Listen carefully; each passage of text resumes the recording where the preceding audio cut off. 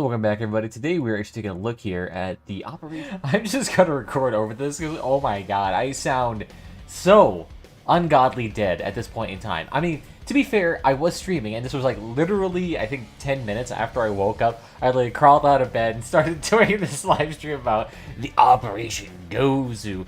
Ooh, we get to play a PvE event. Who doesn't love seeing that for the 700th time here? But no, we are going to have some fun here today. We are going to take a look at this event, and I do want to preface this by saying it is actually pretty decent. I do appreciate the fact that Gaijin and Tarjin and the people over there have actually managed to do something that is a bit more different when it comes to the PvE dynamics. If you know anything about me, I play way too much PvE, and if you know anything about Tarjin's PvE, it hasn't pretty much changed since the alpha or the beta of this game.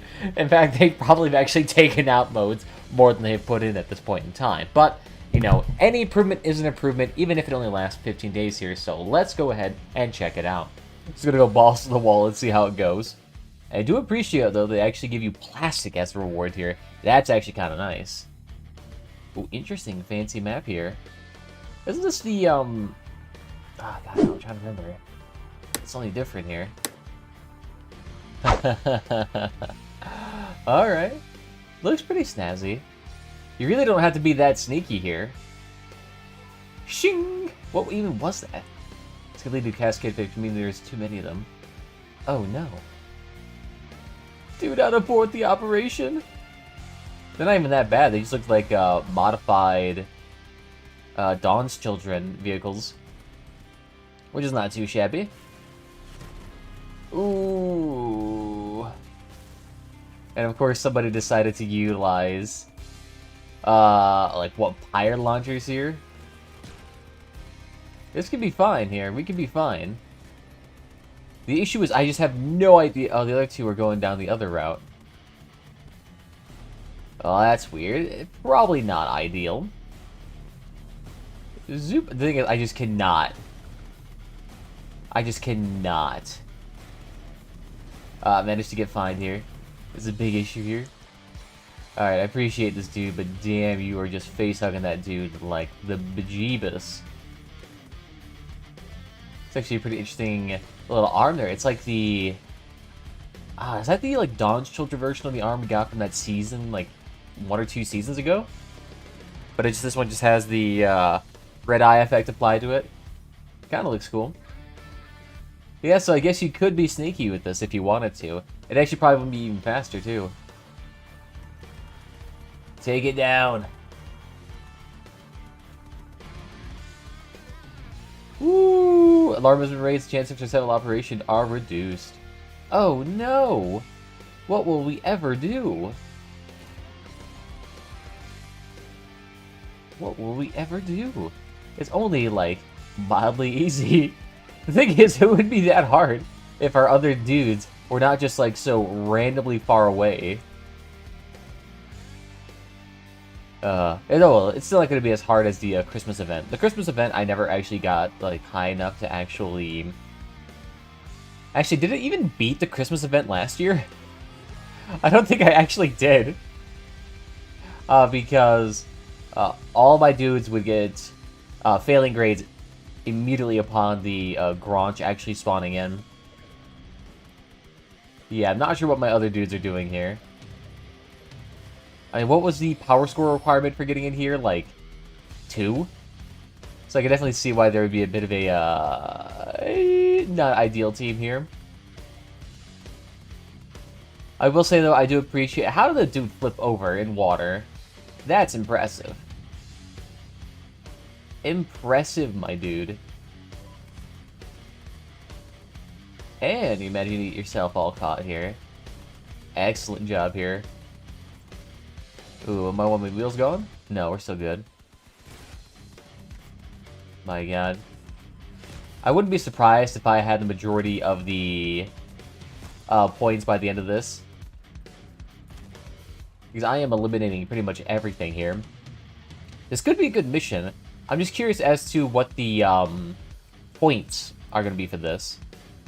Because if the points are like very, very minimal and the actual resources you get from this are incredibly minimal.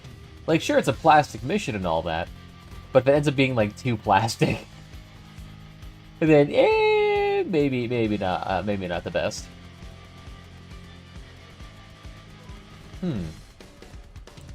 Is this all it kind of is, though? You go to, like, 2 or 3 distinct points and call it good? I mean, it's not too bad. Ooh. A cyclone there with complete impunity. Oh, drones. At least we still got that 30% damage bonus there. Hey, I'll take it. We are somehow... okay. Did it say free respawns? Does that mean I could die multiple times? Like 2 or 3 times? So are these like one of these missions that you could legit never fail? Interesting. I thought it was going to be treated similar to like a raid event in that you had to pay for your respawns after the first one. But if you could just do this infinitely, God, you would never lose this. You legit could never lose this if you can respawn infinitely. Okay, okay, let's see if that's the case. Might be kind of nice here. Again, it just depends on the actual rewards here. So far, though, it is actually pretty interesting. I do appreciate this more, like, free-flowing map design more than anything. Actually, I'm pretty sure this... is this the Spring Mayhem event map? Or is this a new one they released?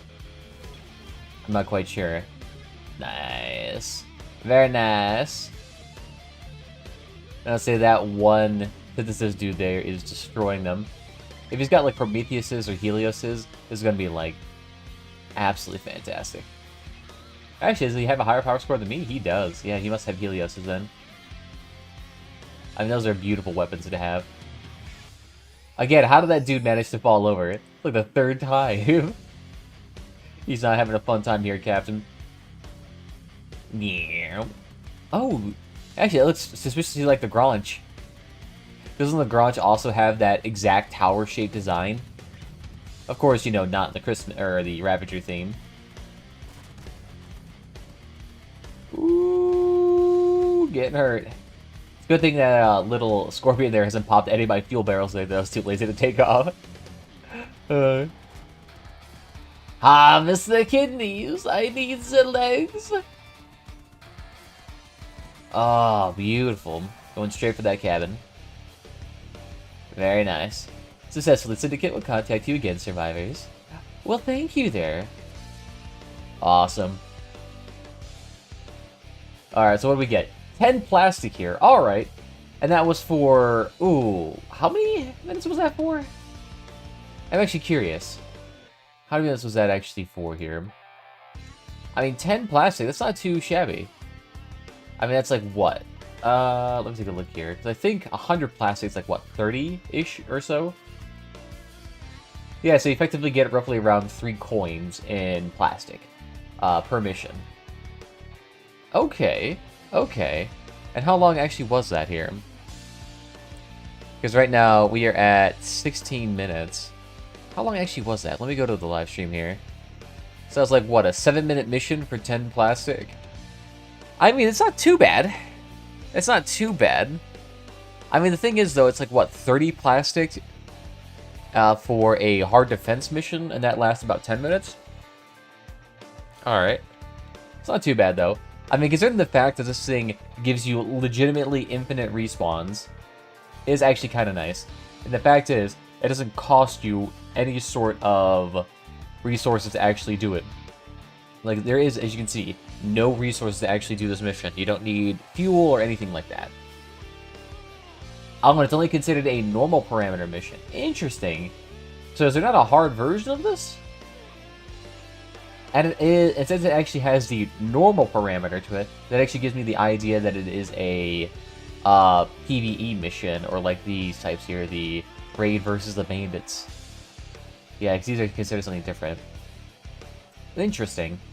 But alright, it's not too bad here. Oh yeah, I can see why though. This is a strangely easy mission here. You only need 4,000 to be level 10. What is the traditional leveling scheme here? 4,000 and level 10, yep. So it pretty much has the exact same parameters as a normal mission. Interesting. Alright, well that's kind of nice. The only downside is that I would actually love to see a harder version of this. One that has a bit more risk and a bit more reward to it. Like, sure, I would like a hard version of this or even a master level version of that if that was like something they could do. It's like, okay, master level version, it's like 10,000 and above. You gotta have like, you know, an epic weapon or above or something like that. Because I feel like that would actually make this like next tier in that fashion. I would love to see something that's actually harder. Because the thing is that hard missions themselves are actually not that hard, to be honest. The only ones that are even remotely challenging are the Steppenwolf faction, but that's only because every single one of their cars is either explosive, in the sense they have explosive weapons like cannons or whatever weapon have you, and the fact is they all have like 4,000 HP, so it takes forever to kill them unless you can hit the back of their car where their explosive bits are. So that's the only time they can ever be remotely challenging is when you're doing a Steppenwolf raid. But if you're doing any other faction, like if you're doing a Scavengers, a Nomads, heaven forbid if you're doing a Lunatics or a Firestarter raid, those are stupidly easy. Like, you could probably do a hard version of a Lunatic or Firestarter raid at like 5,000 to 4,000 power score. You wouldn't even need that high of a power score to really do it. They're not that hard. They only have like 500 HP in their cabin. So you can easily melt them. Have an energy weapon, have a basic machine gun, you could melt them down super easily. Even if you went balls to the wall with a shoddy build, you'd still probably be able to melt them pretty easily. But other than that, what else did I think about the Operation Gozu here? I actually did appreciate it actually quite a bit here. I did like the free-forming mission design. I did appreciate their, you know, it did have a multi-stage component to it. It wasn't like the multi-stage component that you would find in something like a Battlefront 2, the Star Wars one, where like the multi-stage actually changes where you could go in the map, and it's a super long map with a lot of diverse playstyles and that, and changes in scenery and all that. No, it's basically like the Mid-Year Mayhem map, but they flopped in like, you know, 2 or 3 point objectives there that were similar in effect to the radio tower mission, those data theft missions, and the what was another one mission? And I guess the War for Fire mission or the Hit and Run mission where you destroy a oil tower or two. So it's like those in a way, which I don't find to be terribly bad, to be honest. But I mean, if you've already played if you already played a shiitake amount of the regular PvE missions, going into the Operation Gozu mission, you're just probably gonna get a lot of deja vu in there. So I do appreciate that they changed it and added a story element to it and made it a bit more interesting there. But if you were craving for something that was like, okay, here's a brand new mission archetype here, completely different here, it's like, maybe to some degree. Now, you could argue that it actually is that if you actually took into account the stealth aspect to it, which I definitely do agree that is an aspect that you could do if you wanted to. The only downside is that unless you're doing it with a coordinated team, the vast majority of the time, you cannot actually do the stealth component to it. I mean, the only way you could actually make the stealth component actually pretty interesting, in the sense that you have to make it mandatory for people to actually engage in it and actually be stealthy. But at the same time, too, actually, yeah, no, it wouldn't be that hard to even be stealthy, because all you have to do is destroy the patrol cars and the security towers as fast as humanly possible, and that's all you had to do. Another thing that I also found kind of weird, too, was the fact that all the vehicles kept spawning directly in front of us. That's another weird thing. It's like the spawn points, they didn't have them quite figured out, so they just literally plopped them right in front of you, and just like, okay, now fight. It's like, oh, okay there. Trying to get a little suspension of disbelief here, but alright, cool. I do appreciate that. But I think that should be pretty much everything for the Operation Gozu, so what do y'all think about it?